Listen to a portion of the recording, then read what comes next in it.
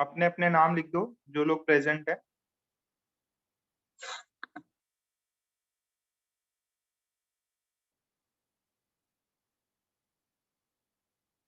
जो बच्चे प्रेजेंट है अपने अपने नाम लिख दो।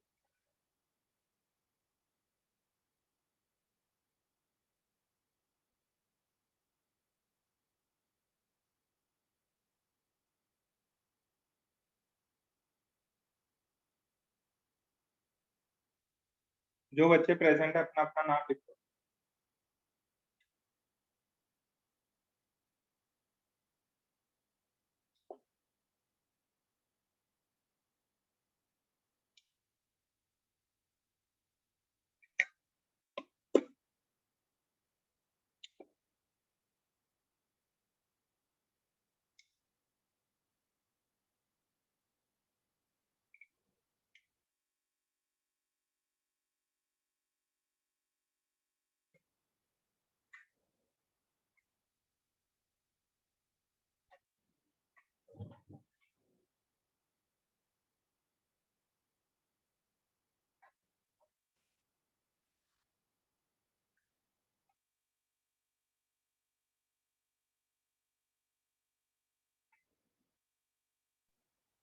ओके ठीक है, सभी बच्चे हैं। ठीक है बच्चों, तो देखिए बेटा, थोड़ा लंबा चैप्टर है। इसी चैप्टर का इसको अपन रिजिड बॉडी डायनेमिक्स भी बोल, रोटेशनल मोशन बोल दो, रोटेशनल मोशन या रिजिड बॉडी डायनेमिक्स। ठीक है। अच्छा, अब ये पहले ही बता रहा हूं, ये कैसा चैप्टर है? टफ। क्या सारे सेक्शन टफ हैं? नहीं, कुछ पर्टिकुलर सेक्शंस ही हैं जो ज्यादा टफ रहते हैं, बाकी नॉर्मल चीजें आसान हैं। आप लोग जब प्रॉब्लम करोगे तो ऐसा नहीं है आपको पूरा पार्ट हार्ड लगेगा। कुछ सेक्शन कुछ सेक्शन ऑफ प्रॉब्लम ही आपको हार्ड लगेगा। सो अब फर्स्ट टाइम अपन देखते हैं कि टाइप्स ऑफ मोशन कितने होते हैं।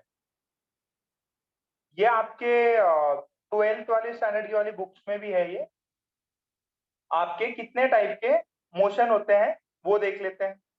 देखो, पहला मोशन क्या है कि अगर एक बॉडी है यहाँ पे और उसको v वेलोसिटी दे दिया, मास m है, तो ये क्या करेगी? यहाँ पहुंच जाएगी।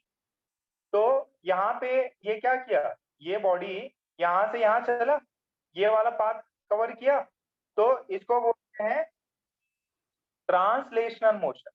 क्या बोलते हैं इसको?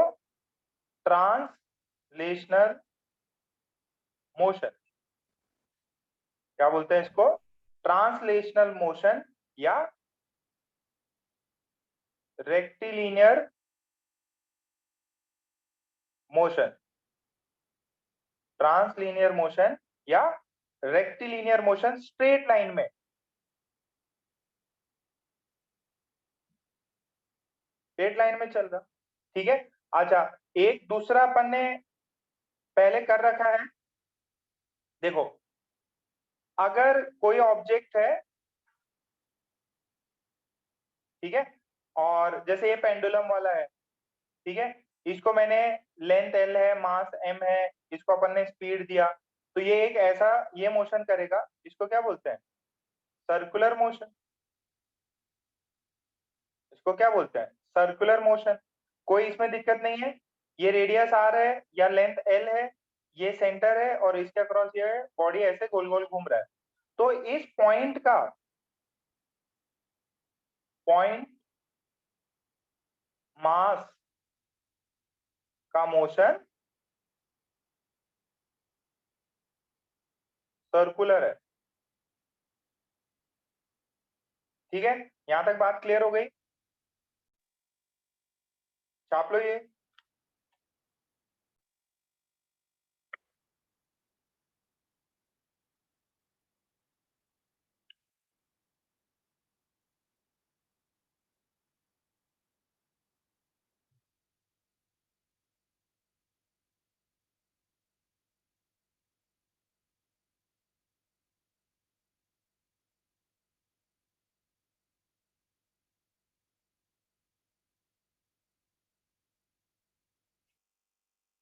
एकदम इजी पार्ट है, शुरू वाला बहुत इजी पार्ट है, बीच में भी इजी पार्ट आएगा। मतलब इसका 3/3 तो बहुत इजी है, 2/3 थोड़ा सा टफ रहता है। यहाँ तक हो गया, स्क्रीनशॉट ले लो भाई, मैं आगे जा रहा हूँ। अनगम ने कॉपी कर लिया है, जीनल ने किया है, ध्रुवी ने, अथर्व ने, किरण, गौरी। ओके, तो ये तो सर आपने पढ़ा दिया था। अच्छा, अब जरा ये मोशन देखो, ध्यान से देखना।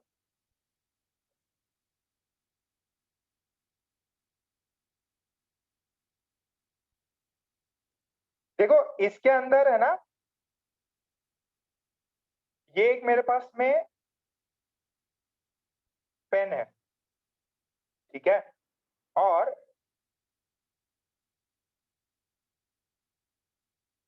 देखो ये जो था मेरे पास में पॉइंट मास है, पॉइंट ऑब्जेक्ट है। अब यहाँ पे एक रॉड है, ये रॉड यहाँ पे लगी हुई है, ठीक है, ए बी रॉड है, और ए बी रॉड को मैंने ऐसे लीव कर दिया, मैंने इसको लीव कर दिया, तो ये ए बी रॉड क्या करेगी, ये वाली रॉड इधर आएगी। तो अब ये देखो, इसने ये मोशन कैसा किया,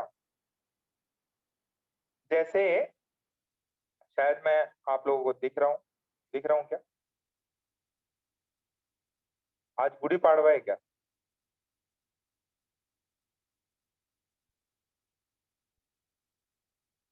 दिखाई दे रहा हूँ क्या? अरे, ये स्क्रीन क्यों नहीं आ रहा?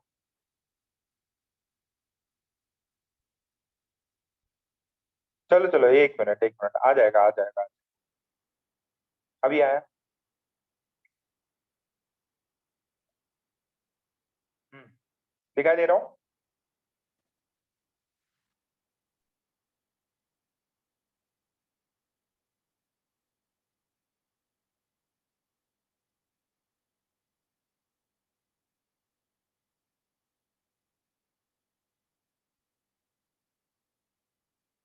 ओके, तो ये देखिए, ये पेन है मेरे पास,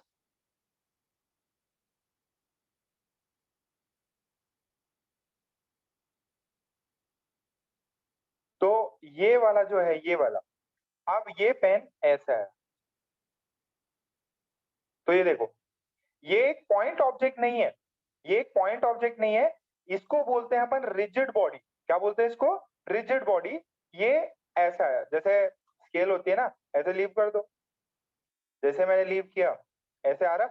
तो ये जो मोशन है, इसको बोलेंगे रोटेशनल मोशन। क्या बोलेंगे इसको बेटा? Rotational motion. सो इसको लिख देंगे अपन रोटेशनल मोशन। क्या लिखेंगे बच्चों? Rotational motion. अच्छा, एक और एक और मोशन है, जरा ध्यान से देखना।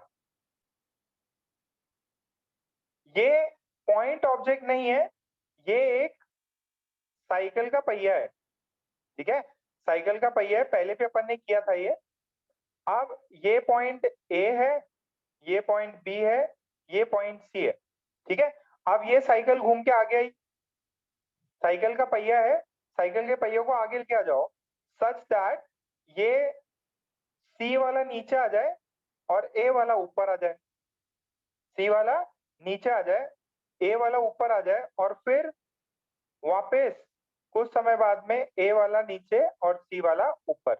तो अगर मैं ए का देखूं, तो ए का मोशन क्या है? ए देखो, पहले धीरे धीरे ये आगे गया, तो ए आगे गया, फिर ऐसे गया। ऐसे कुछ हुआ होगा क्या ए का मोशन? देखो बीच में कहीं पे ए, सी नीचे जा रहा है, ए ऊपर जा रहा है, कितनों को ये समझ में आ रहा है? ऐसा कुछ मोशन हुआ होगा इसका। देखो पहिए को है ना गोल गोल घुमाओ, पहिए को गोल गोल घुमाओ, और पहिए को आगे ले जाओ, पहिए को गोल गोल घुमाओ, पहिए को आगे ले जाओ। पहले ए इधर था, फिर ए इधर आएगा, फिर ए ऊपर जाएगा, तो ऐसा मोशन हो रहा है ना बेटा, फिर नीचे जाएगा। तो जब पहिया आगे भी जा रहा है और रोटेट भी कर रहा है, तो जो नीचे वाले पॉइंट है उसका होता है combined combined translational translational and rotational motion and rotational. घबराओ नहीं, नई नई चीज है, सब क्लियर हो जाएगा।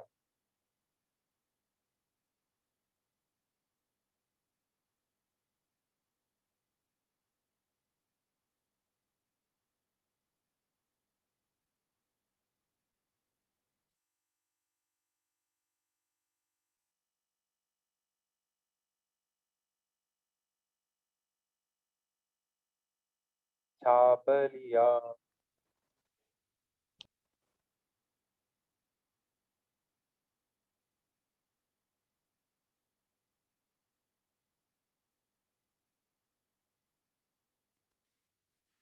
अरे केजीपी सर, जो मैसेज वाला है ना, उसमें मैसेज कर।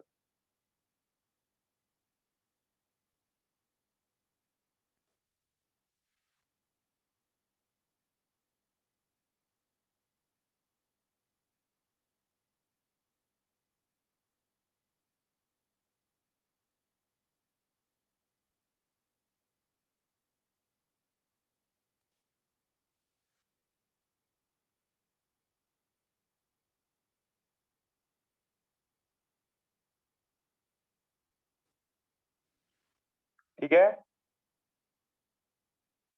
अरे क्या हुआ, वीडियो चला गया क्या? एक सेकेंड।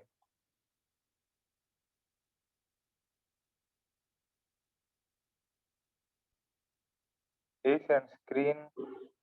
एक मिनट रुको, है ना। आ रहा है, स्क्रीन आ रहा है।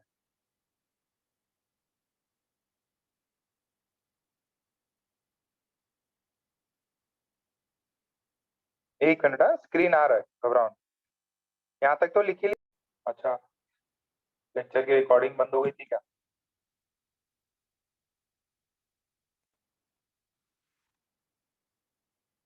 देखो एक मिनट, मैंने ये बताया था पहले आपको। फिर रिजिड बॉडी होता है, क्या होता है? रिजिड बॉडी वो होता है जिसमें दो पॉइंट्स के बीच की डिस्टेंस कांस्टेंट होती है। फिर एक मोमेंट ऑफ इनर्शिया देखा। Kinetic energy, translation kinetic energy होती है half M V square, mass M, velocity V. अगर एक रिजिड बॉडी है, इसको एक फिक्स एक्सिस है, ये फिक्स एक्सिस है, उसके अलोंग ये झूम रहा है, ठीक है, ऐसा ओमेगा से झूम रहा है।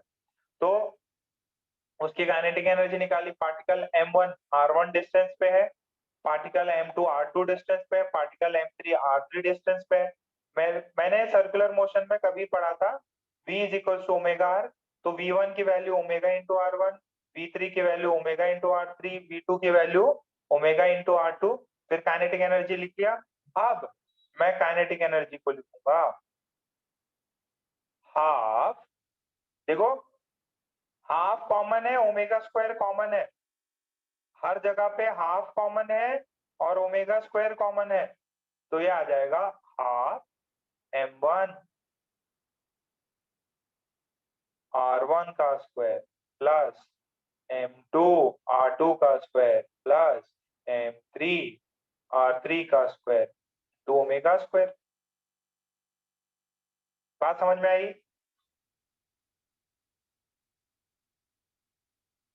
हाँ, very good Dhubri.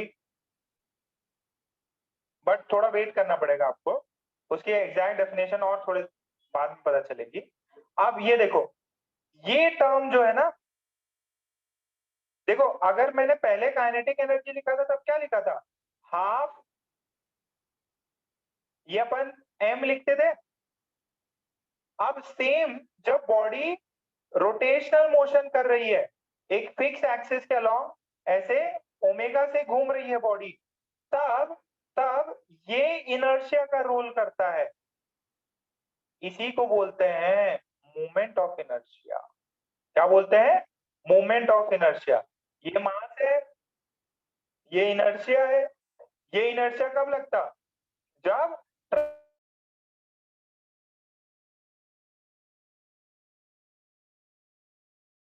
Omega square we square की जगह पे यहाँ नीचे वी स्क्वायर है, ऊपर ओमेगा स्क्वायर है, यहाँ हाफ है, यहाँ पे भी हाफ है, ये टोटल मास m है, ये m1r1 square plus m2r2 square plus m3r3 का होल स्क्वायर है। So this is moment of inertia. ये जो है यही है मोमेंट ऑफ इनर्शिया। लिख लो।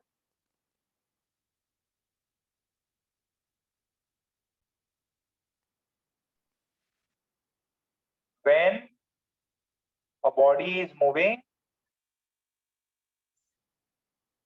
when a body is moving, then it has to overcome the inertia, that is mass. Similarly, when the body is rotating, then it has to overcome the moment of inertia.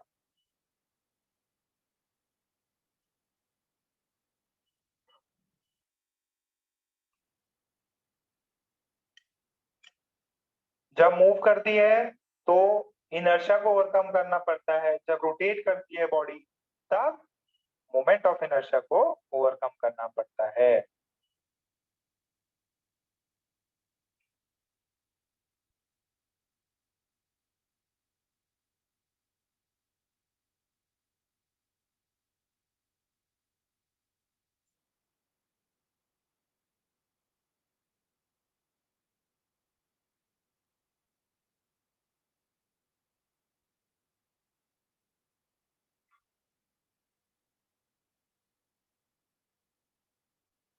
Hello,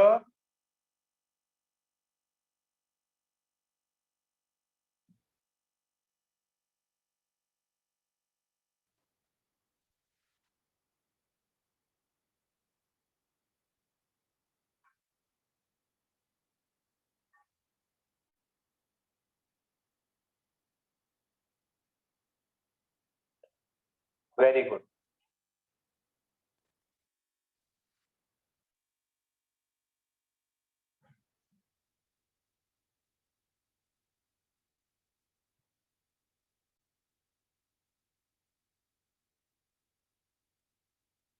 सो अपना जो general है moment of inertia, moment of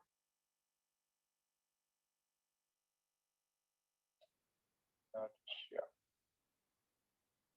moment of inertia को अपन represent करते हैं capital I से। किससे? Capital I. Capital I क्या होता है? m1 r1 का होल स्क्वायर, m2 r2 का whole square plus plus plus जितने भी पार्टिकल्स हो, वो अपन ने तो क्या 3 पार्टिकल्स इसकी वजह से लिए थे ताकि अपना कैलकुलेशन ज्यादा दूर तक ना जाए। तो ये होता है मोमेंट ऑफ इनर्शिया किसी भी बॉडी का। यहाँ पे r1 r2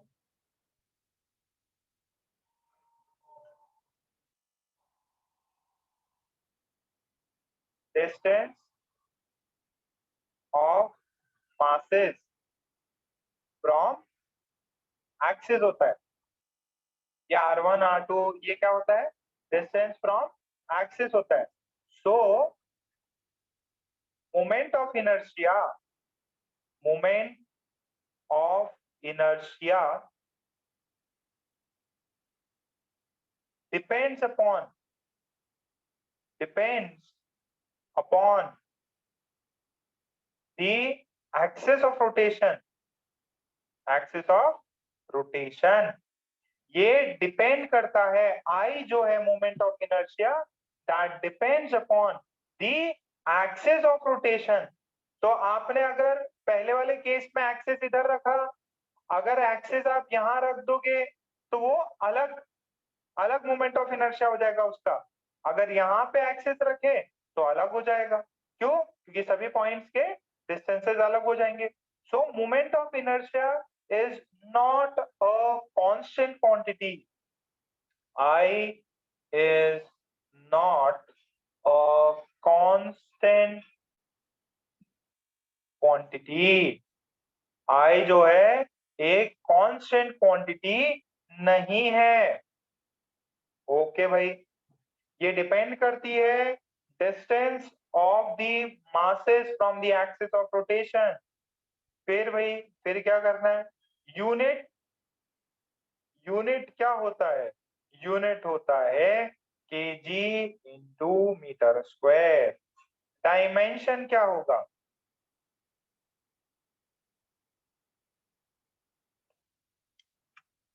डायमेंशन क्या होगा?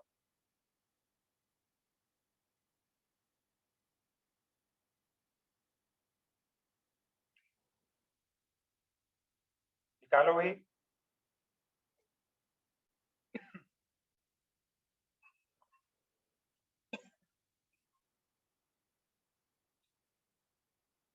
एकदम इजी है।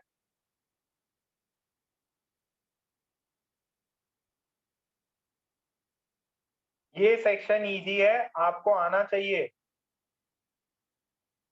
एम ये लेंथ है, लेंथ का एल स्क्वायर, तो ये डायमेंशन हो गया। M L square is the dimension of moment of inertia. ठीक है, बाकी अंडरस्टूड है, टी की पावर 0 होगी। ओके, सो जो काइनेटिक एनर्जी अपन देते थे ट्रांसलेशन या रोटेशन में, वो हो जाएगी हाफ आई ओमेगा स्क्वायर। समझ में आया क्या? जैसे काइनेटिक एनर्जी होती थी ट्रांसलेशन में कितनी होती है? Half M V square. Rotation में कितनी हो जाती? Half I omega square. इसमें होती है हाफ एम वी स्क्वायर। इसमें होती है हाफ आई ओमेगा। क्या क्लियर है? ये ट्रांसलेशनल, ये रोटेशनल, ये मास मोमेंट इनर्शिया था। ये capital I moment of inertia है। कैपिटल आई अलग अलग एक्सिस पे अलग अलग होगा। ठीक है, अब कैलकुलेशन पे सवाल करते हैं। सवाल किस तरह के आते हैं वो देखते हैं।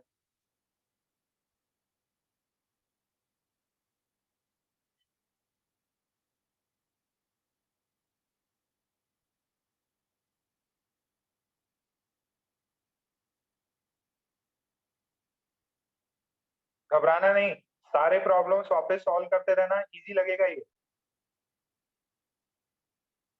वैसे देखो, अभी आप लोगों को 1 साल होने आया है। 15 अप्रैल से अपना स्टार्ट हुआ था। आज कितने हो गए? 13 हो गए ना। एक दिन बाद पूरे 1 साल कंप्लीट हो जाएंगे अपने। हाँ, पार्टी करते हो? क्या बोलते हैं? पीकेवी में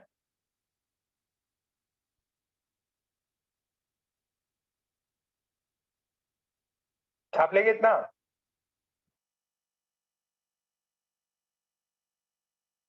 समर हॉलीडेज नहीं मिलने वाली। मई में थोड़े से लेक्चर कम होंगे। मई के लास्ट में 17 से थोड़े से लेक्चर कम होंगे। छुट्टी उट्टी कुछ नहीं है। ये देखो, अब moment of inertia, moment of inertia of discrete objects, moment of inertia of discrete objects. ध्यान से देखिए, डिस्क्रीट ऑब्जेक्ट क्या होता है? अगर लेट से आपको ये कैलकुलेशन आते हैं, ऐसे सवाल आते हैं, आपको ऐसा दिया जाए कि एक मास है 1 kg, एक मास है 2 kg, ठीक है, और ये एक एक्सिस है, ठीक है, और ये डिस्टेंस जो है 6 मीटर है, ये भी 6 मीटर है। अगर इनको ऐसे घुमाया जाएगा, ये अच्छा इसका 1 kg है, इसका 2 kg है, ये एक्सिस है, इससे मुझे रोटेट करना है। This is A, this is B. if the bodies are rotated from the midpoint of AB, then find the moment of inertia about axis, ठीक है, अबाउट दैट एक्सिस। इसके अलावा मोमेंट ऑफ इनर्शिया निकालना है। तो क्या फॉर्मूला क्या होता है? देखो डिस्क्रीट मास है ना, तो ये माना है कि भाई यार एग्जैक्टली 6 मीटर पे ये सारा मास है, 6 मीटर पे ये सारा मास यहीं पे है। तो कितना हो जाएगा? आई m1 r1 square plus m2 r2 square. Mass one कितनी दूरी पे एक्सिस से? मास वन कितनी दूरी पे एक्सिस से? और बताओ, ये एक्सिस है, ये एक्सिस है, मीटर में 6 का होल स्क्वायर प्लस हाफ, नहीं सॉरी ये तो 2 है ना, मास 2 है, 2, ये भी 6 का होल स्क्वायर। कितना हो गया? 3 इंटू 6 का होल स्क्वायर, 3 इंटू 36, ठीक है, आ गया क्या?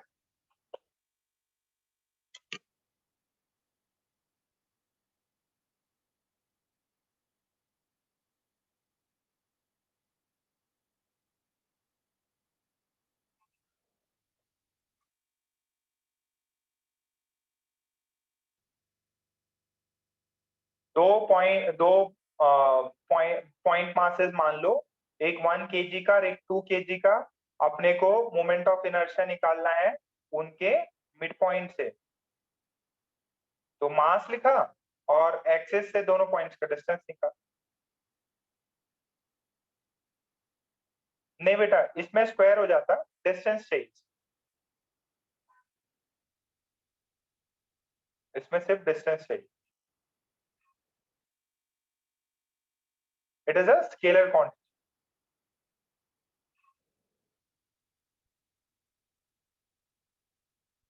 क्लियर है यहां तक?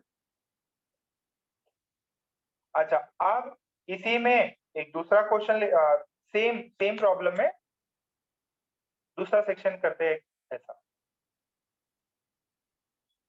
ये 1 kg, 2 kg, 1 kg, 2 kg, और यहाँ पे ये एक्सिस है, और अपन इसको यहाँ से इन दोनों को घुमाना चाहते हैं इधर से। नो डाउट कुछ ना कुछ अटैचमेंट क्या होगा, ऐसा नहीं है कि हवा में घूम रहे होंगे। अपन इनको दोनों को ये एक्सिस से घुमाना चाहते हैं। This is my axis of rotation, and ये 1 kg है 3 मीटर पे, और इनके बीच में आपको पता ही है 12 मीटर। तो आपको पूछा है find I about the axis. I निकालिए इस एक्सिस।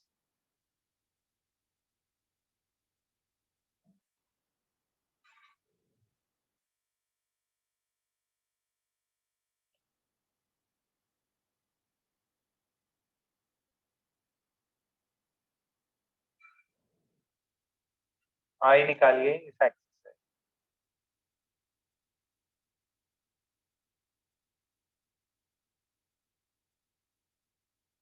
आया क्या? ठीक है, 2-3 बच्चों का आ गया, वेरी गुड।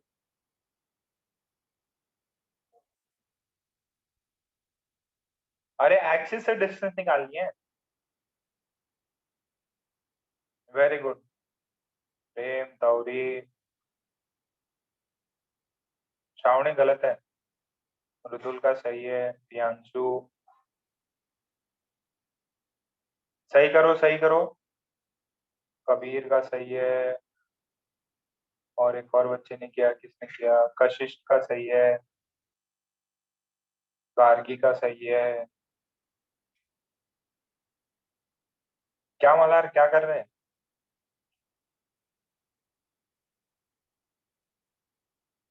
देवांश का सही है।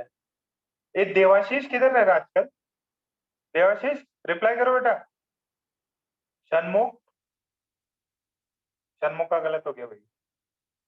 ओके वेरी गुड, मेजोरिटी जनता का सही है, शाबाश। तो this is m1 r1 square plus m2 r2 square. तो मास 1 kg इस एक्सिस से कितनी दूरी पे है? 3 से। मास 2 kg इस एक्सिस से कितने पे? 3 प्लस 12 यानी कि 15 का स्क्वायर। This is 9। सही है क्या? 9। ये कितना होगा?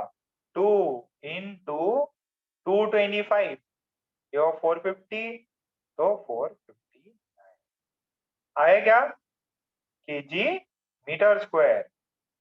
वेरी गुड, शाबाश जनता, सच में आ गया, वाह वेरी गुड।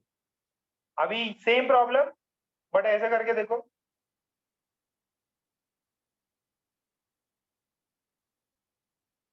ये देखो 1 kg, ये 1 kg है, ये 2 kg है, और इनके बीच में डिस्टेंस है 12 मीटर। कितना? 12 मीटर। अगर ये एक्सिस ऐसी है, इसके अक्रॉस आई निकलवाइए, फाइंड आई अबाउट एक्सिस। हाँ हाँ 12 ही है, 1 kg 2 kg। About axis passing through.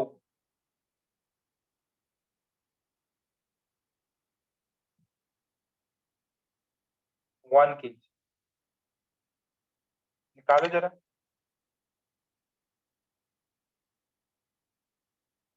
सबका आ गया?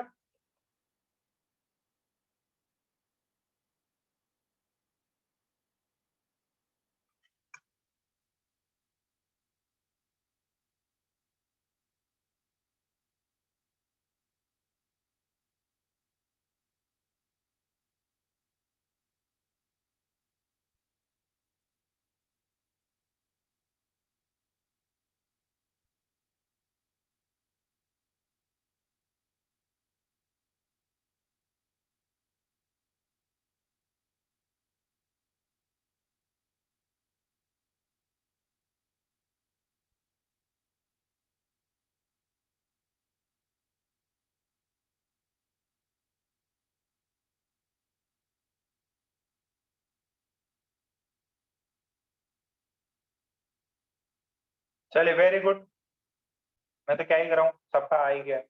मैथ से सीधा सीधा क्या है?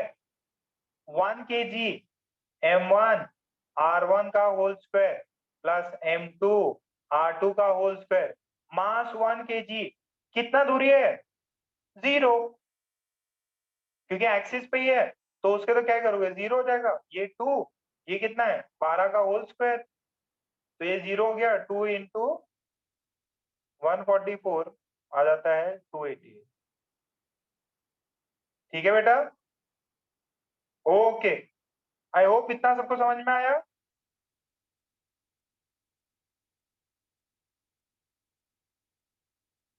देखो बॉडी वही है, बॉडी 1 kg और 2 kg है, उनके बीच का डिस्टेंस भी वही है।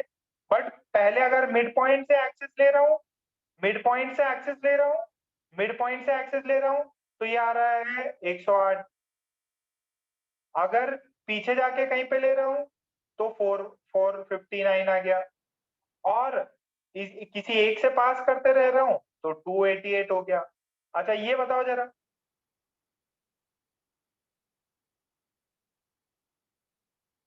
ये एक्सिस है,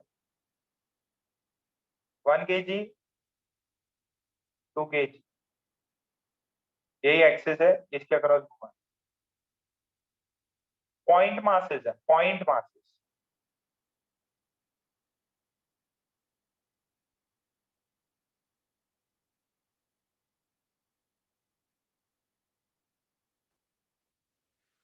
पॉइंट मासेस है।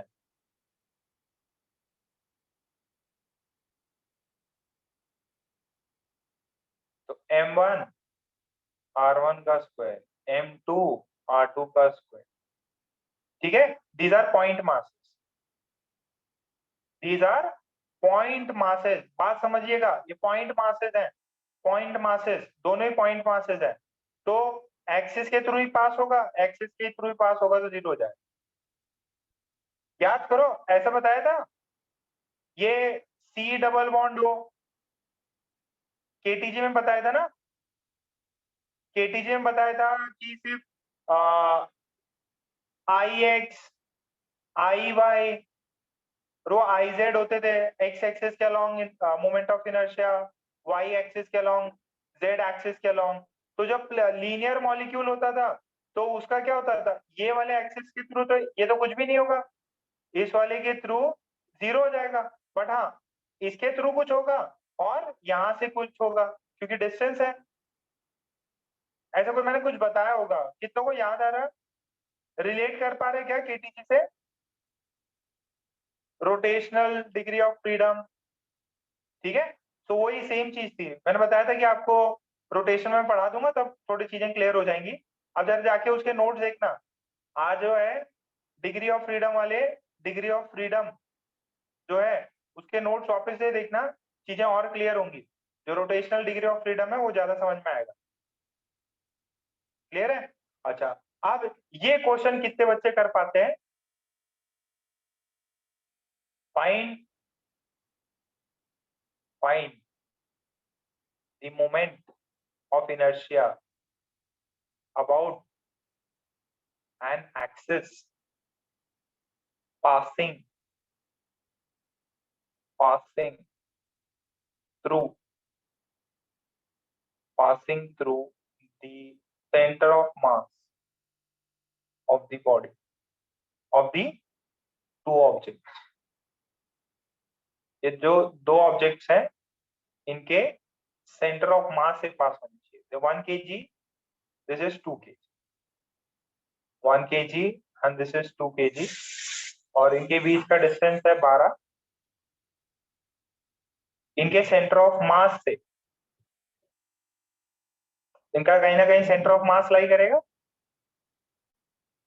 सेंटर ऑफ मास निकालने का फॉर्मूला पता है क्या? What is the x coordinate? ये एक एक्सिस है, ये एक्सिस है, और ये एक्सिस इनके सेंटर ऑफ मास से पास कर रही है। मेरे को इतना भी पता है, एक 1 kg है, 2 kg है, जो सेंटर ऑफ मास होगा वो सेंटर ऑफ मास 2 kg के पास लाई करेगा। बताओ जरा, सेंटर ऑफ मास की वैल्यू कितनी आएगी? ये 12 मीटर है, सेंटर ऑफ मास कितना दूरी पे होगा?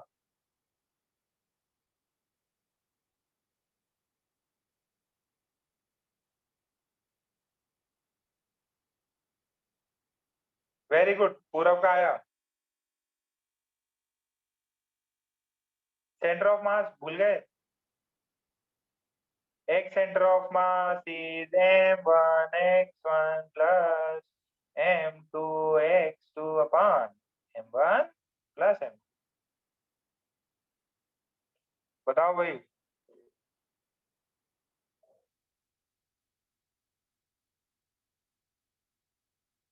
वेरी गुड, ये 8 मीटर, ये 4 मीटर, यही है सेंटर ऑफ मास। ठीक है, तो this is 8 metre from 1 kg। तो आई निकालो जरा इसका, बेटा आई निकालो, फुल ज्योमेट्री। सौरभ, सही करो, कुछ गड़बड़ हो गई। निकुंज का सही है।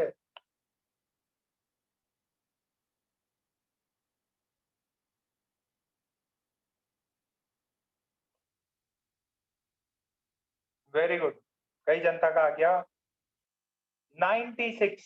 नमन, कशिश, ये मिताली और रिद्धि क्यों नहीं कर रहे? श्रावणी कर रही है, वेरी गुड श्रावणी। कार्तिक कर रहा है, शर्वरी नहीं कर रही बिल्कुल। षणमुख भी करता है देखो, आर्या, अमय, आयुष भी कर रहा है, वाह आयुष, शाबाश। सो मास m1 1 kg, कितना दूरी 8, 2 कितना दूरी 4, 4 का square, this is 64, this is 2, 16 किती आलं 96 आलं। 96 आता क्या? Very good. चलो कृष्णा ने किया, वो कृष्णा है, और देवाशीष ने किया, शाबाश देवाशीष। ओके, तो सबको चमक गया क्या?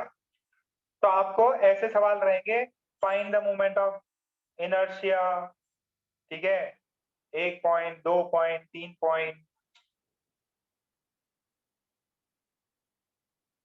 अच्छा अभी तक तो 2 मासेस लिए थे, 3 मासेस लेके देखें क्या? 3 मास लेके देखते हैं, 4 मास लेके देखते हैं। कॉम्बिनेशन कोई भी आपको दे सकता है, आपको कोई भी कॉम्बिनेशन दे सकता है वो। ओके, लेट्स ट्राई दिस, कि भैया हमने पास में फाइंड आई, एक्सिस दिया रहना चाहिए, आई ढूंढने के लिए एक्सिस दिया रहना चाहिए। ये points object, point object, point object, point object, ठीक है। This is 2 kg, this is 2 kg, this is 2 kg, this is also 2 kg, and I need to find the moment of inertia about an axis। ये दिखाई दे रही क्या golden line? इसके across moment of inertia निकाल, और ये square है, 10 metre side है, पॉइंट ऑब्जेक्ट्स है, एक स्क्वायर है, गोल्डन कलर दिखाई दे रहा है क्या? हरा यूज कर,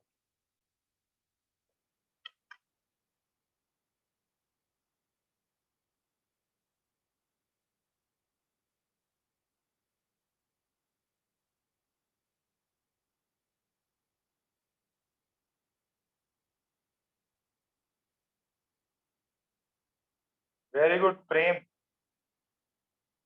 ये पॉइंट मासेस है, कबीर काया, गौरव, गौरव भी, प्रियांशु भी दे रहा, वाह। श्रावणी, आज श्रावणी फॉर्म में आ गई। आदित्य, हर्ष, सार्थक, युग है क्या इधर? युग,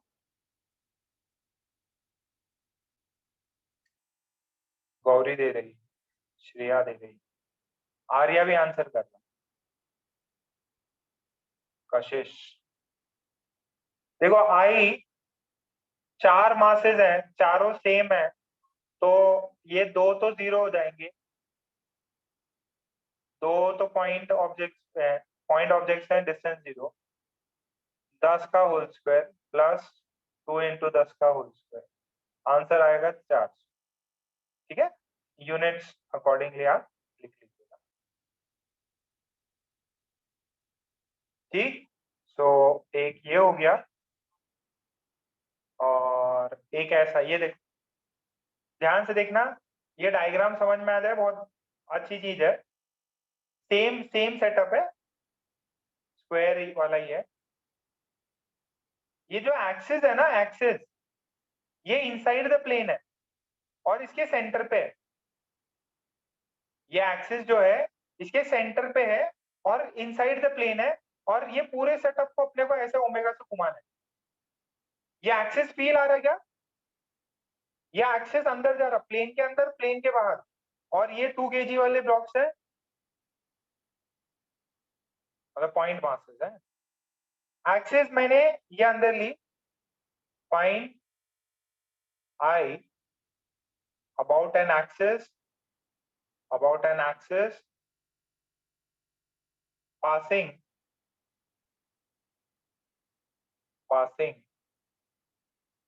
through the center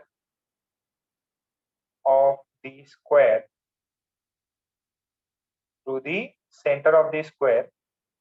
and axis is inside the plane, is inside the plane. Axis जो है वो प्लेन के अंदर है। बताओ भाई।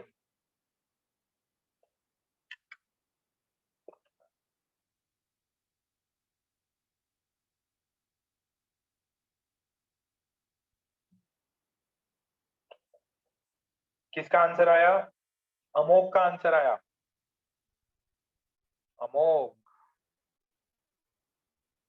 अमोक का गलत है वैसे। प्रियांशु का आया, कशिश का आया, यश गलत है। कबीर का सही है, तौरी का गलत है, सार्थक का सही है। यार सोचो, इतना मस्त ज्योमेट्री तो है, डिस्टेंस निकालना है। ये डिस्टेंस कितना होगा? अरे जितना इसका होगा वही तो यही होगा। डायगोनल पता है क्या? ये 10, ये 10, तो डायगोनल कितना हो जाएगा?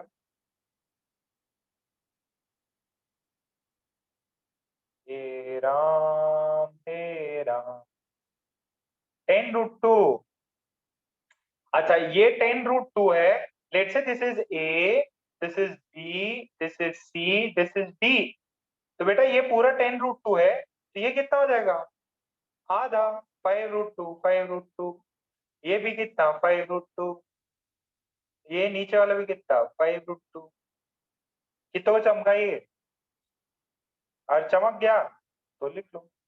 I is equals to mass m into 5√2 का होल स्क्वायर। और ऐसे कितने हैं? 4 लोग हैं। तो कितने लोग हैं? 4 लोग। सबको ऐड करना पड़ेगा 4 बारी। तो आई की वैल्यू आ जाएगी मास कितना है? 2। ये कितना है? 25। 25 इंटू 2 इंटू 4। आंसर आया 400 kg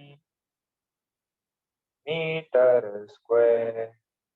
I is equals to 400 kg metre square. I is equals to 10 10 10। हो गया? अब यार आपको जो भी देना आप कर लेना बस।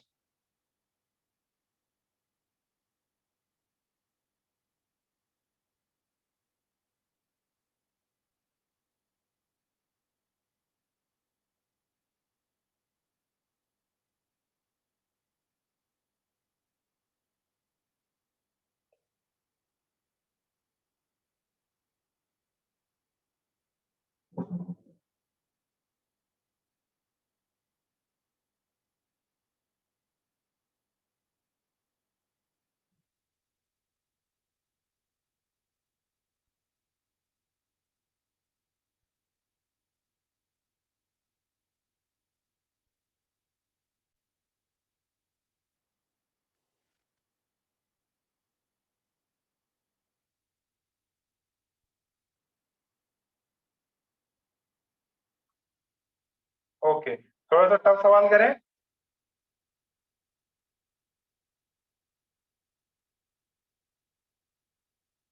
ये जरा सोचो कितने लोग कर पाते हैं। एक एक्सिस है, ठीक है, हो जाए तो बहुत बढ़िया, नहीं हो तो भी कोई दिक्कत नहीं है। एक एक्सिस है, ये एक्स एक्सिस है, यहाँ पे ये ओरिजिन है, यहाँ पे ये एक्सिस है, ये एक्सिस है, ये ओरिजिन है। एग्जैक्टली 1 पे 2 पे 1 पे 1 kg रखा हुआ है, 2 पे 2 kg रखा हुआ है, 3 पे 3 kg रखा हुआ है, अप टू 100 मीटर्स पे 100 मीटर्स पे 100 kg रखा हुआ है। Find I about the axis. ठीक है, ये एक्सेस है, वाई एक्सेस है, इसी के अक्रॉस आपको ये पूरे सेटअप का आई निकालना। निकल जाएगा क्या? ट्राई करो। HCU में है।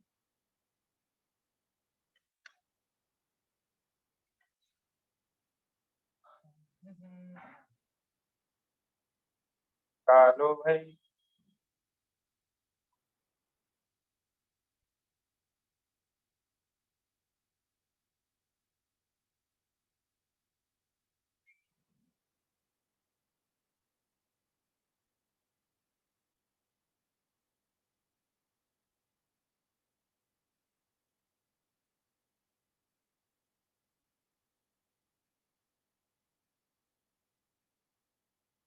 आएगा, कितने लोगों का आया जरा देखते हैं।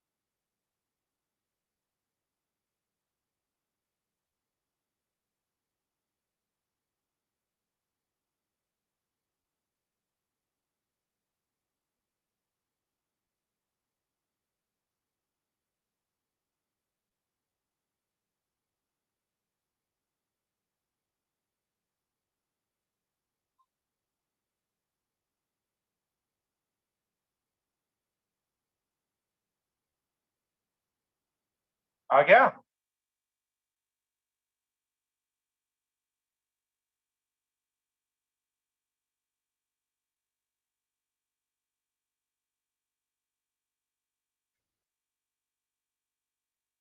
ये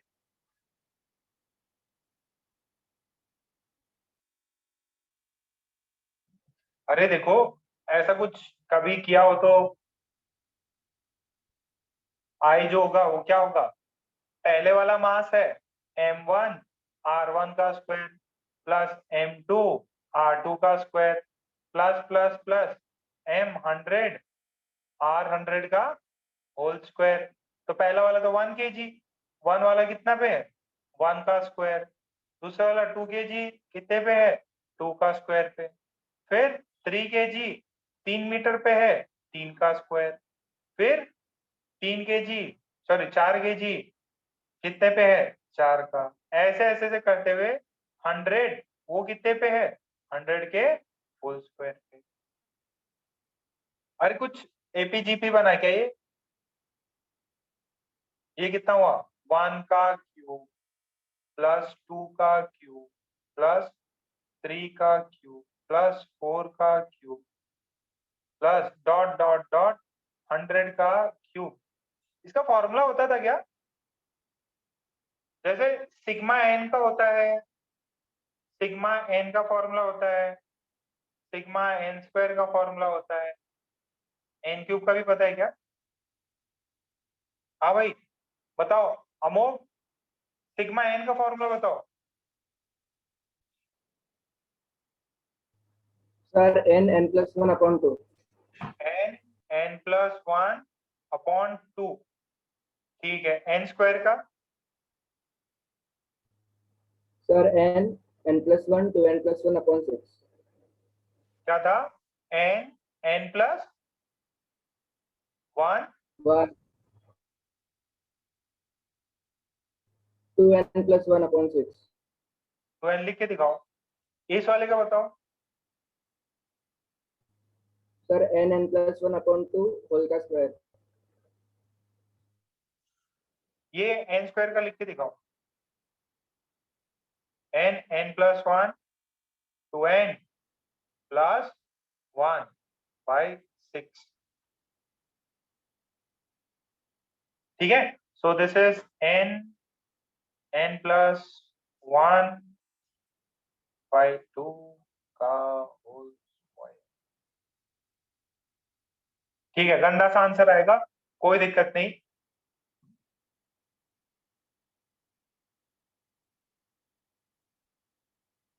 ठीक है, यहां तक सबको क्लियर हो गया। अब वैल्यूज डाल लो। 100 इंटू 101/2 का होल स्क्वायर,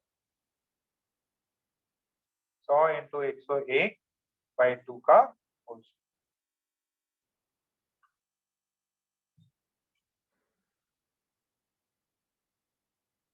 ठीक है बेटा, तो आपको ऐसा क्यूब में, ठीक है, किसी और फॉर्म में, ऐसे बहुत सारे आपको सवाल आ सकते हैं। कुछ अच्छा ज्योमेट्री का यूज भी करते हैं, कुछ कुछ सवाल जो है ना बहुत अच्छा ज्योमेट्री का यूज करके आपसे पूछेगा वो। तो चलिए, इतना पार्ट तो आपको क्लियर हो गया होगा।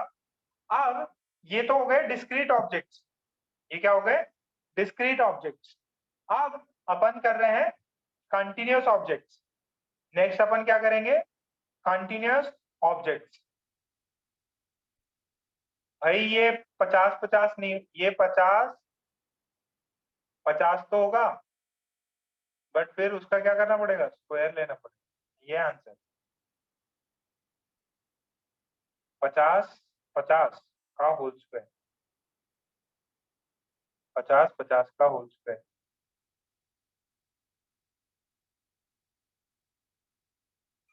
कितना आएगा? ये 2550250।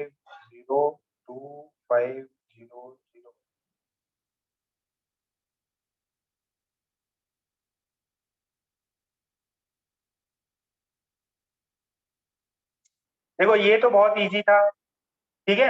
ये जरूरी नहीं है 100 तक दे, 10 तक भी दे सकता है आपको, 5 तक भी दे सकता है। तो ऐसा आपका ये फॉर्म बनेगा। तो इसका डायरेक्ट रिजल्ट याद है, ये रिजल्ट लिख लेना भाई। मैंने 100 तक ज्यादा करा दिया, आपको 1 से लेके 5 तक दे देगा, 1 से लेके 10 तक दे देगा। तो उसके लिए फॉर्मूला जरूरी है। ओके, नेक्स्ट डालिए, moment of inertia. Moment of inertia of continuous objects. ये अपने को रटना है। क्या करना है? We have to learn them by heart, ठीक है। एकदम डॉक्टर की तरह रट जाना है। जैसे सेंटर ऑफ मास आपको याद है, वैसे ही ये सारे ऑब्जेक्ट्स का आपको मोमेंट ऑफ इनर्शिया रटा रहना चाहिए। एक दो के अपन प्रूव करेंगे, बाकी सब आप रट लेंगे। अच्छा, what is the centre of mass of half disc? What is the centre of mass of half disc? What is the centre of mass of half disc? किसी को नहीं पता? टाइप करो, हाँ पूरा बताओ। So 4r/3 pi. 4r/3 पाई। और half ring का? So 3r/pi. कितना? So 2r/pi. 2r/पाई, ठीक है। कंफ्यूज मत हो सौरभ, कबीर, ऊपर नीचे मत करो यार। तो वो फॉर्मूले रटे रहने चाहिए, नहीं रटे हुए 20 टाइम लिखो, 100 टाइम लिखो, 1000 टाइम, बट याद रखो, ठीक। सो वैसे ही मोमेंट ऑफ इनर्शिया लिखना है। इसमें पहले अपन लिखेंगे rod. we will find the moment of inertia of a rod, ठीक है। तो ये रॉड है मेरे पास, मास m है, लेंथ l है। मास m है, लेंथ l है, और ये एक्सिस है, ये एक्सिस है। अब आपको बताना है इसका मोमेंट ऑफ इनर्शिया क्या होगा। अब this is a continuous body. अब देखो ये क्या है, इसका जो भी मास है इसका डिस्टेंस तो चेंज हो जा रहा है, यहाँ पे कुछ और डिस्टेंस होगा, यहाँ पे कुछ और होगा, ये वाले पॉइंट का अलग होगा। तो अपन इसका क्या करेंगे, इसको डिस्क्रीट ऑब्जेक्ट नहीं मान सकते, अपन को क्या करना पड़ेगा, इसको इंटीग्रेट करके आंसर निकालना पड़ेगा। तो अपन ने क्या किया, ध्यान से सुनिए, we will take a small element at a distance x from the axis. तो एक्सिस से x डिस्टेंस पे जाके, एक्सिस से x डिस्टेंस पे जाके अपन क्या कर लेंगे, एक एलिमेंट लेंगे। ये रॉड है, लेंथ l है, ये एक्सिस है, और एक्सिस से ऐसे घुमा रहे हैं या ऐसे घुमा रहे हैं, जो भी clockwise anti clockwise. x distance पे गए, x डिस्टेंस पे जाके, x डिस्टेंस पे जाके अपन एक dx, x डिस्टेंस पे जाके एक dx लेंथ का पार्टिकल लेंगे। ये dx लेंथ का पार्टिकल लिया। अच्छा, what is the mass of element, mass of element, इस छोटे से टुकड़े का मास कितना होगा, dm, dm की वैल्यू कितनी होगी, देखो पूरा मास l लेंथ में मास है कैपिटल M, यूनिट लेंथ में मास है m/l, तो dx में कितना होगा, dx में होगा dx इंटू m/l। dm की वैल्यू आई m/l डेंसिटी इंटू dx। कितनों को याद आ रहा है ये,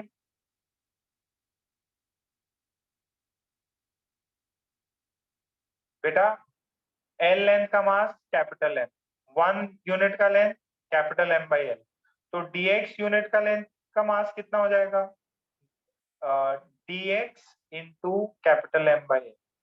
तो मैंने वही किया, dm मास।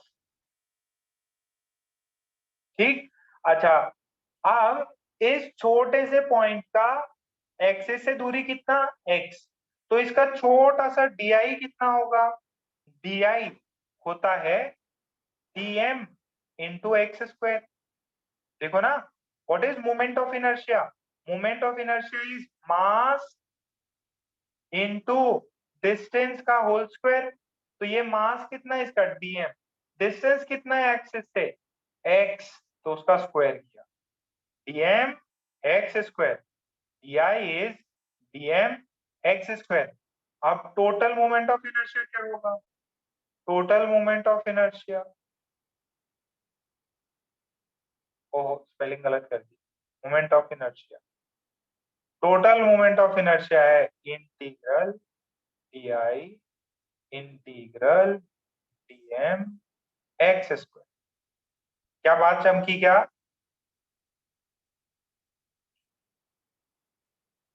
ये बात चमकी, यहां तक छाप लो। आपको फाइनल रिजल्ट याद रखने हैं। देखो इंटीग्रेशन देख के घबराओ नहीं, एडवांस वाले बच्चे मजबूत रहे, मेंस वाले बच्चे वो भी मजबूत रहे, इतना तो आना ही चाहिए।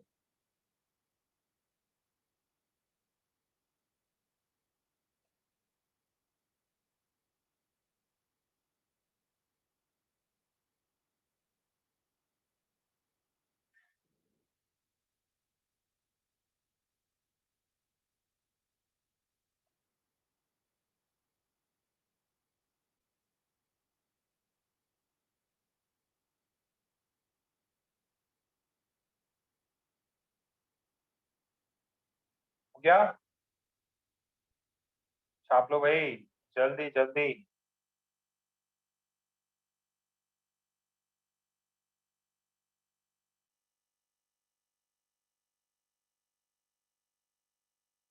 ये चैप्टर प्लीज थोड़ा सा अच्छे से करिए, टफ है, अपने और थोड़ा लेंथी भी है, टाइम लगेगा, 2 हफ्ते लगेंगे इसमें,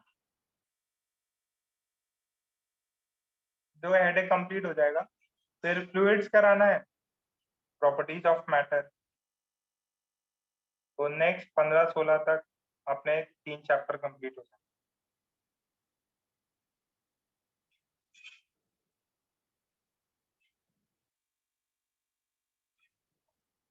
देखो इनका 9-10 का, सॉरी 9-10 बोल रहा हूँ, आप लोगों का बोर्ड एग्जाम हुआ नहीं, वो स्कूल की तरफ से कॉलेज की तरफ से हुआ नहीं, महाराष्ट्र स्टेट बोर्ड ने पोस्टपोन और कर दिया है 10th का भी और 12th का भी। अपने बच्चे 12th वाले बहुत खुश हैं, ये बोर्ड एग्जाम पोस्टपोन हो गया।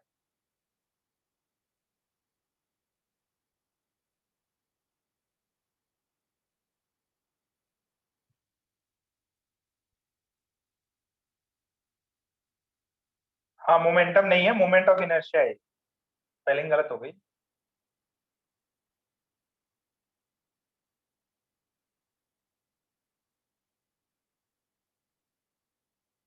ऋषि का भी हो गया। टोटल मोमेंट ऑफ इनर्शिया, ठीक है। ओके, तो फिर डी आई को इंटीग्रेट किया dm एक्स स्क्वायर, ये तो कैपिटल आई आ जाएगा। ये dm की वैल्यू कितनी आएगी, dm है capital M by L two dx, ये एक्स स्क्वायर, कहां से कहां, x की वैल्यू कहां से कहां होगी, 0 से लेके कैपिटल L तक, 0 से लेके x की वैल्यू कैपिटल L तक आएगी। तो this is m by L x square dx integral 0 से L, तो m by L x cube by 3 0 से L, so this is m by L, this is L cube by 3, this is m L square by 3. This is moment of inertia, moment of inertia of a rod about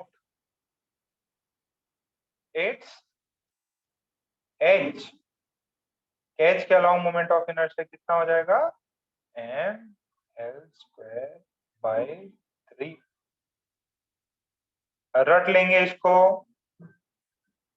beach time लिख भी लेंगे rod draw करके।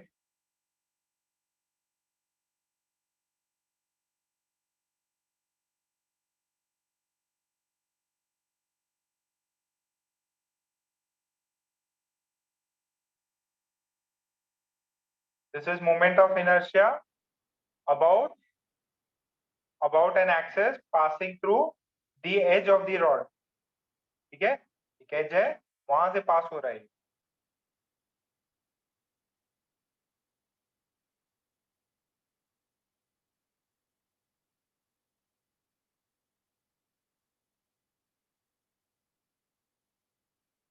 क्या इतना,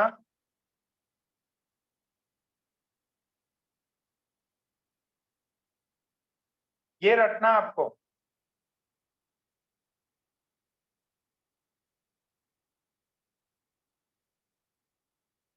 continuously काम आता है ये।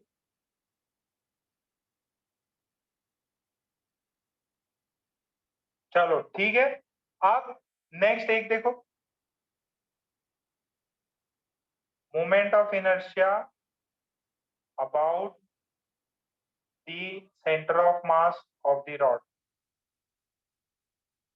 ये भी रिजल्ट याद रखेंगे अपन, एक रॉड है, ये एक्सिस है और ऐसे अपन इसको घुमा रहे हैं, तो वही है मास कैपिटल एम है, लेंथ एल है, ऐसे घुमा रहे हैं, ये सेंटर ऑफ मास है। अगर ये सेंटर ऑफ मास है, this is L/2, this is L/2, ठीक है, सेंटर ऑफ मास से अपन घुमा रहे हैं। तो इस केस में क्या करेंगे बेटा, देखिए dm क्या होता है, dm होता है dm एक्स स्क्वायर होता है ना, सॉरी सॉरी सॉरी सॉरी, एक second, di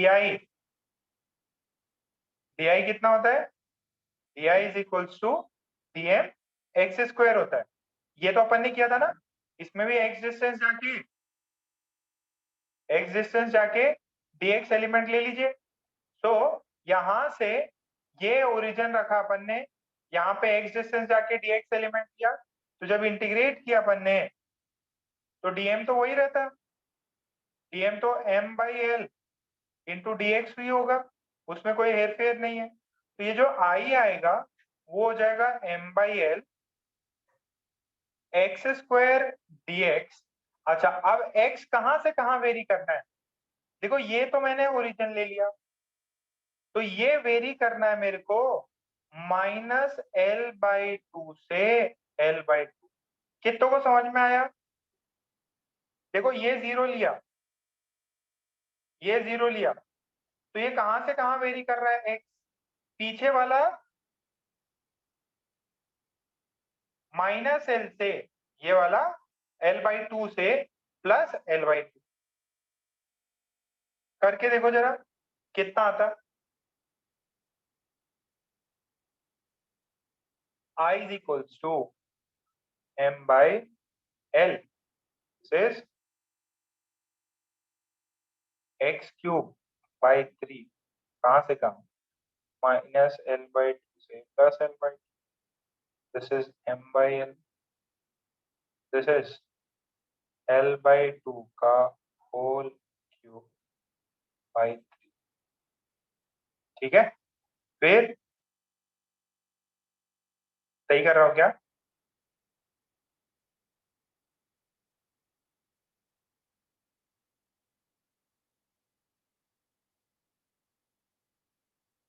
minus of -l/2 का होल, ये माइनस माइनस प्लस हो जाएगा m by l, this is l cube, ये 8 3, दिस इज 2 टाइम्स।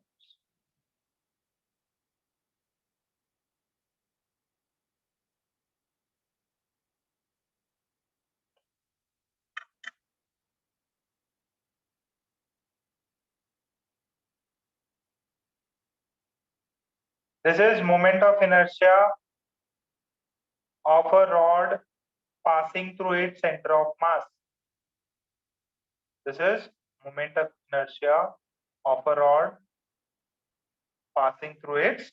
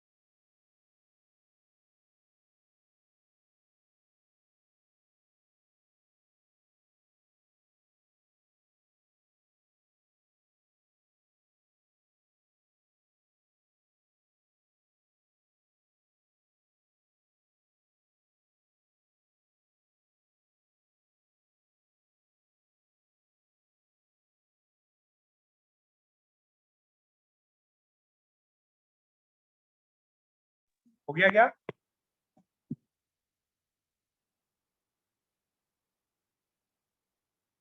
ठीक है बेटा, ये दो रिजल्ट्स आप याद रख लें। ठीक है, सो अब इतना ही है। अब जो है आपका जो फ्रीजिंग जो आइस आइस है, आइस वाला क्वेश्चन है, वो मैं आपको बता देता हूँ।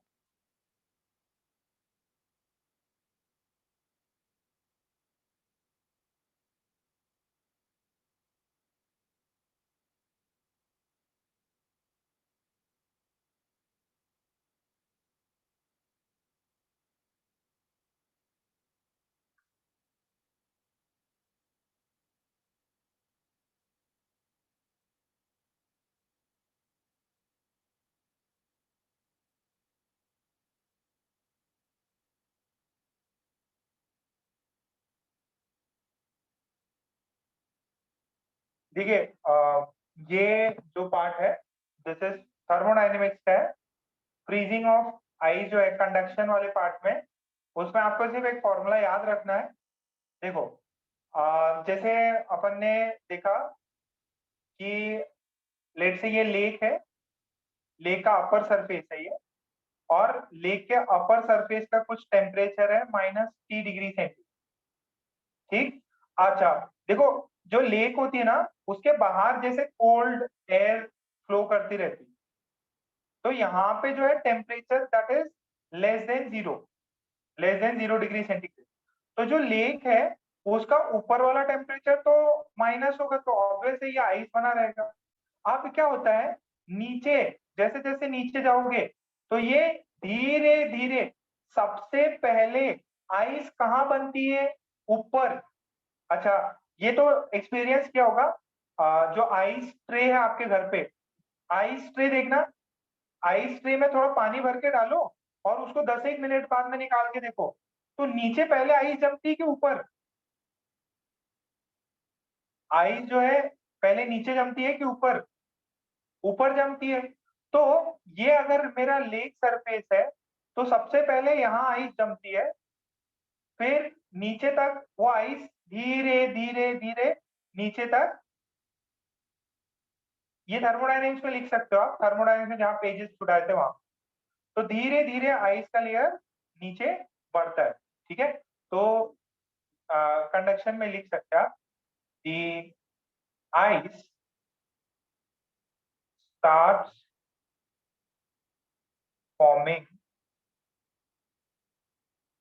On the top layer and gradually the ice formation the ice formation uh, is carried to the bottom layers। ठीक है, बॉटम लेयर्स तक वो आइस का फॉर्मेशन होता है। ठीक है, बस इस पॉइंट को लिख लो। यहाँ पे ये पूरा आइस जम गया, यहाँ पे वाटर। अब ये आइस नीचे किस रेट से जाएगी वो पता करना है।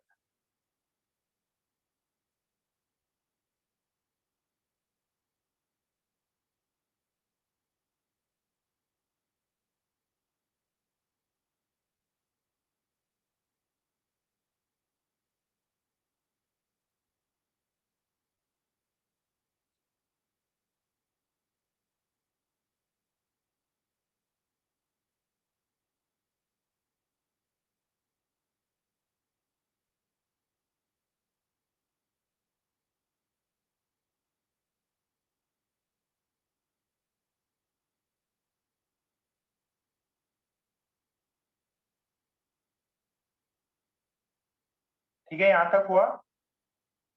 ये छापा क्या आपने, आइस सबसे ऊपर पहले बनती है, नीचे पानी होता है, और ऊपर से नीचे तक आइस का फॉर्मेशन बढ़ते जाता है। तो एक छोटा सा फॉर्मूला है, उसका मैं प्रूफ दिखा देता हूँ। अच्छा,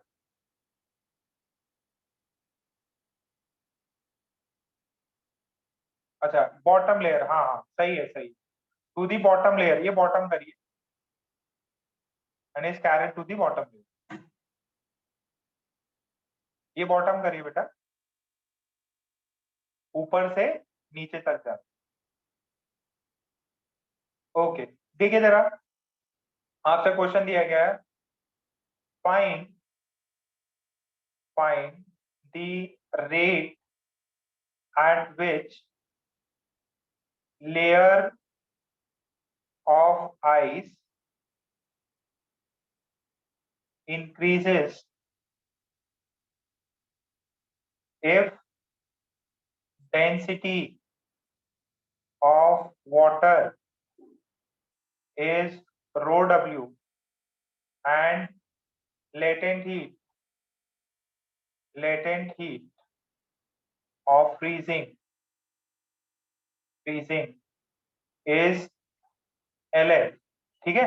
और कुछ कंडीशंस दी हुई है, जैसे टेम्परेचर हाईएस्ट, ऊपर वाले का टेम्परेचर इतना है, तो अपन इसमें क्या करेंगे, आइस का फॉर्मेशन कितना होगा, ये मेरा लेक का टॉप लेयर है। सो देखिए बेटा, यहां तक पूरा आइस जमा हुआ है। मैंने बोला कि यार मैं वाई डिस्टेंस नीचे गया, और वाई डिस्टेंस नीचे जाके मैं बोल रहा हूं कि ये डीवाई जो है, डीवाई डीवाई डीवाई थिकनेस का एक लेयर आइस, वाटर से आइस में कन्वर्ट हो रहा है, ठीक है, eight a distance y below the top layer,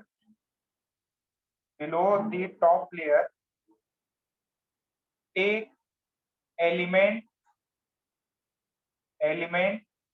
dy of water which will be converted into ice.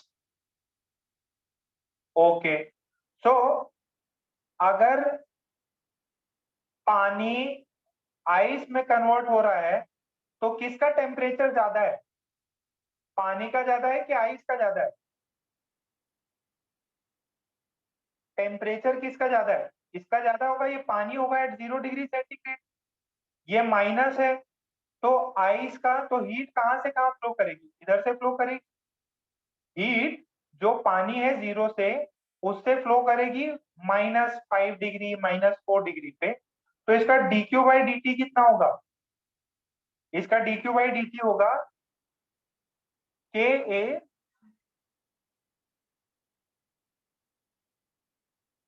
ka by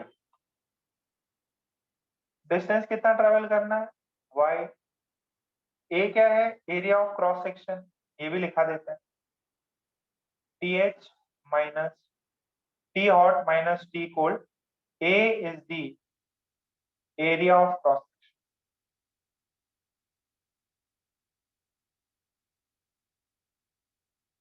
section. What is K? K is the conductivity.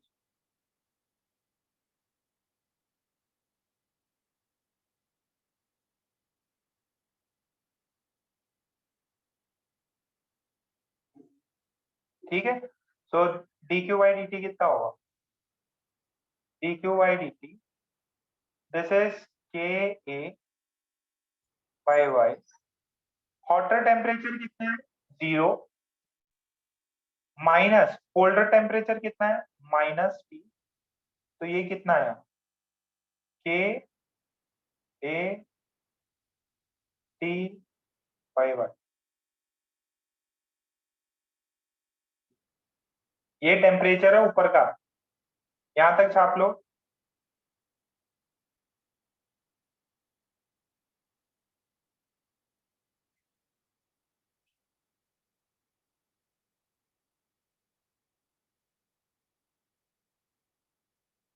बस बस ये खत्म करा देते हैं। आपको थोड़ा सा पेशेंस रखना पड़ेगा,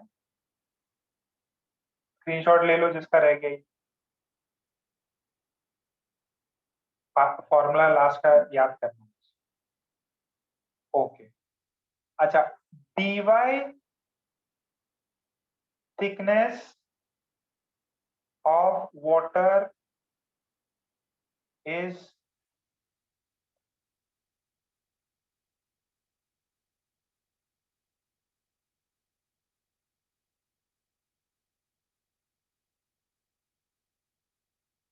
dy thickness of water is converted into ice, तो मास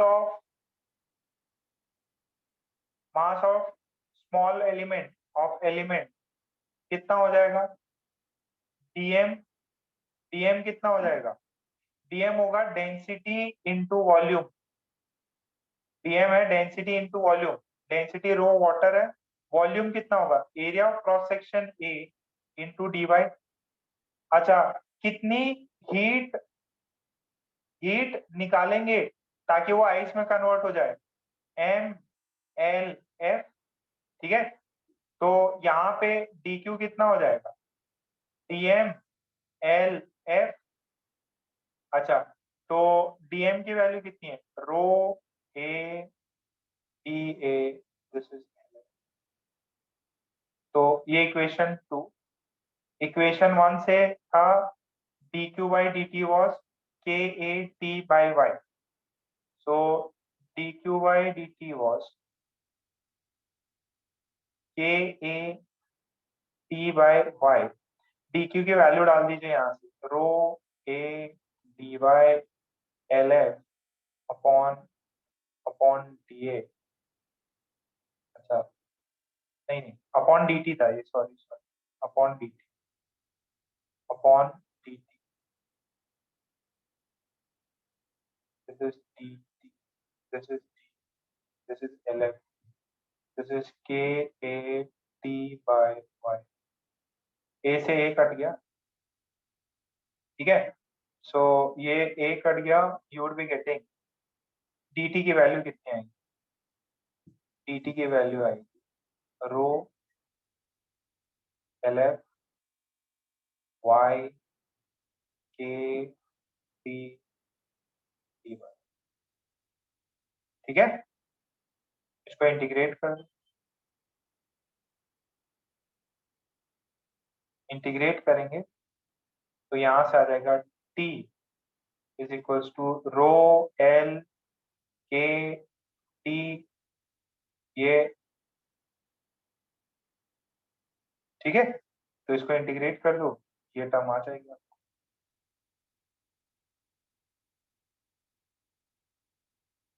इसको इंटीग्रेट कर दो, ये टर्म आ जाएगी, you will get this term. अगर लेट से कांस्टेंट्स लगाते हैं अपन लोग, तो दो तीन तरीके हैं, इसको टाइम जो है that is rho L K T, और ये होगा वाई स्क्वायर बाई टू, ठीक है, प्लस सम कांस्टेंट सी भी अपन लिख सकते हैं इसको, ठीक, तो ये पार्ट हो सकता है, ये पार्ट हो सकता है, तो time is rho L K T Y square by two plus, बस इतना छाप लो, लास्ट वाला फॉर्मूला याद रखना है आपको।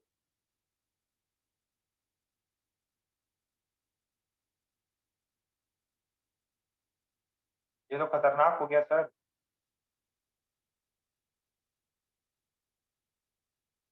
देखो टाइम और ये वाई स्क्वायर का रिलेशन है बेटा, टाइम जो है वो वाई स्क्वायर से प्रोपोर्शनल है।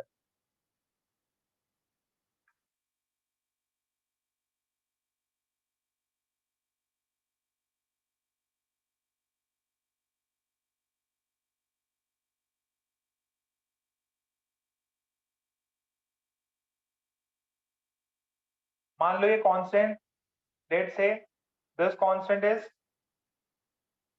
0, ठीक है, अपन 0 से भी दे सकते हैं अगर ये कांस्टेंट की वैल्यू 0 है, अगर इसको 0 से y इंटीग्रेट कर, ठीक है, so this is directly proportional to y।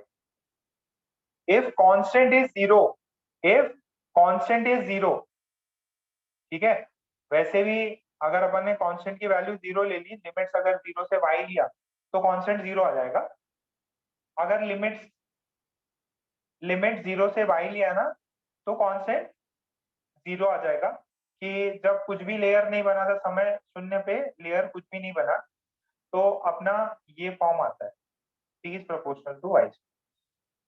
आपको प्रूफ प्रूफ याद हो जाए तो ठीक है, नहीं तो फाइनल रिजल्ट याद रखो, बस दैट्स इट, इतना ही पूछता, बट बहुत अच्छी चीज है, जिसको समझ में आ गया तो बहुत बढ़िया।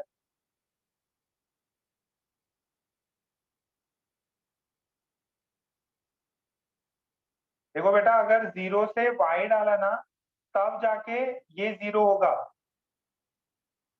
तब जाके ये c की वैल्यू 0 होगी। c 0 when the limits is from 0 to I।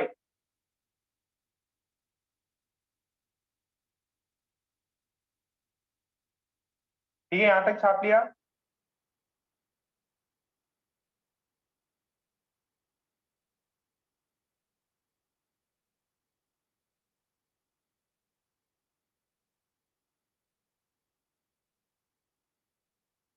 If the constant c is 0, we have t is rho, क्या था, rho l at y square by 2। ठीक है, तो t is proportional to y square, यानी कि अगर 1 centimetre में मुझे समय लगा 1 दिन, तो लेयर को 2 सेंटीमीटर होने में समय लग जाएगा 4 दिन का। 3 सेंटीमीटर तो इसमें लगेंगे 9 दिन। धीरे धीरे रेट कम होती जाएगी थिकनेस ऑफ आइस के फॉर्मेशन। ये सिर्फ डेटा के लिए है। क्लियर, समझ में आया क्या ये? बस ये लास्ट वाला डेटा विजुअलाइज कराना था। टाइम का जो आइस का फॉर्मेशन है, ठीक है, उसके लिए जो टाइम लगता है that is proportional to Y square.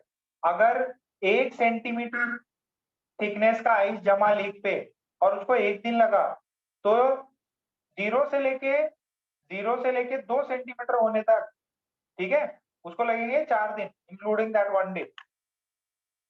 और टोटल लेयर अगर 3 सेंटीमीटर थिकनेस का आइस जम रहा है लेक में, तो 9 दिन लगेंगे। बस पीछे का जो भी प्रूफ हुआ भूल जाओ, बस ये चीज लिख लो। यहाँ पे मैंने कांस्टेंट की वैल्यू 0 मान रही। क्लियर है? ठीक है, अभी 15 मिनट बाद मिलते हैं ऑर्गेनिक केमिस्ट्री के साथ। थर्मोडायनेमिक्स कंप्लीट, रोटेशनल स्टार्ट किया, थोड़ा तगड़ा चैप्टर है तो हिम्मत बांधे रखें, सब समझ में आएगा। 15 मिनट का ब्रेक ले लो, मिलते हैं फिर। 15 मिनट का ब्रेक ले लो।